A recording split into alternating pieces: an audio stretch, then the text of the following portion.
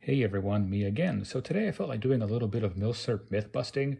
This is just because there's a lot of internet gun lore out there that gets repeated. Oftentimes the evidence for it is really quite thin.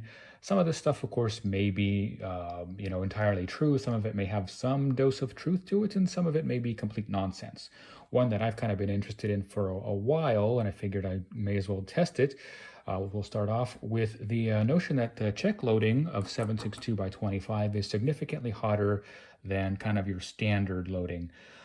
So this is, the number that gets thrown around is maybe 25% higher velocity. There's a retailer of, aftermarket replacement parts for the VZ52 pistol that has this little chart on there that kind of backs that up, indicating that there's this 25% higher velocity that we can expect. And so I figured I would test it out whether or not I can replicate those results if there's any truth to that whatsoever. So basically, as I pointed out, I have some Czech 762 by 25. I've got some Yugo surplus. This is 60s dated, and some Chinese as well. And I'll run it through a chronograph and see if I see the sort of difference that would kind of back up these types of claims. So I'll go ahead and run it, then I'll kind of tabulate the data, and we can discuss what we see from there. Okay, Yugo 1960s surplus 1338.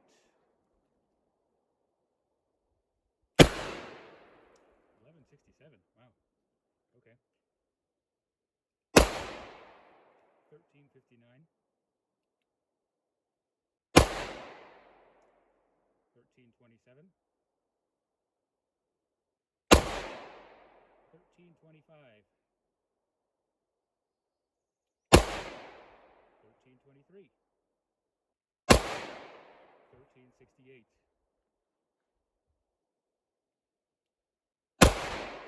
1355. 1374. 1330. Okay. Okay, Chinese surplus. 1378. 1393. 1303. 1413. 1361.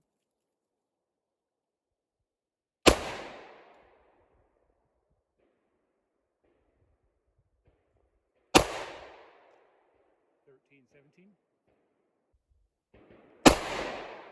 1383. 1353.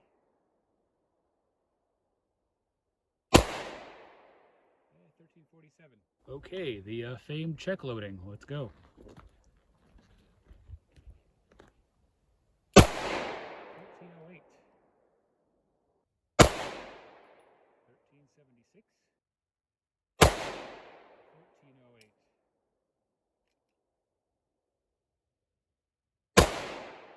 1400. A little jam there. 1388. 1430. 1431.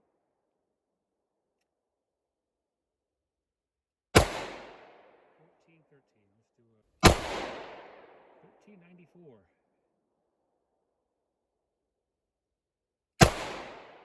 1386. Okay, so we've kind of completed our little experiment here. The pistol survived. That's one of the other bits of internet gun lore, is that the Czech ammo risks blowing up a TT-33.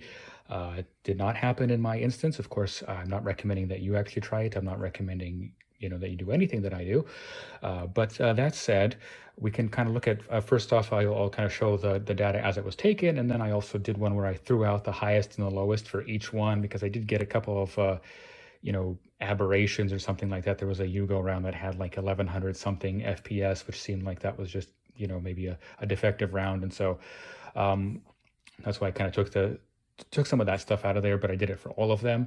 And what we do see is that the Czech ammo is actually indeed like noticeably higher velocity than the other two, but the difference is not anywhere near what that chart that I showed earlier would have had you expect.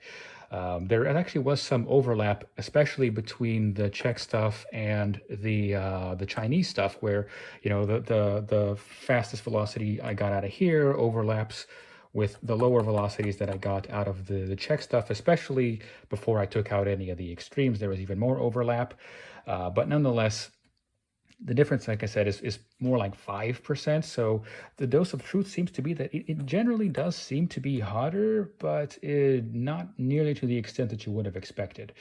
Now, one thing to note, of course, is that this is old surplus ammo. All of this stuff is decades old. I can't speak to the storage conditions that any of this stuff experienced, prior to it coming into my possession, all of which, I bought within like the last maybe year or two at the most. So there could be, other things going on. It's not really definitive necessarily, but so far that's kind of what I'm getting. I should also add that I've seen people kind of testing 7.62 by 25, some of the commercial loads, and they got like velocities that are higher than all of this stuff. Of course, we've got to take into account that, different atmospheric conditions, wherever they were, and things of that nature. So maybe I'll revisit this because I haven't, fired up all of this stuff, obviously. And so maybe I'll compare it to some commercial loadings in some other countries' surpluses as they come into my possession, so on and so forth. But in this first one, that's kind of where we're at. If you have any, comments, critiques, of course, I welcome all of that. As I said, I'm not an expert on this stuff, but thank you for watching as always.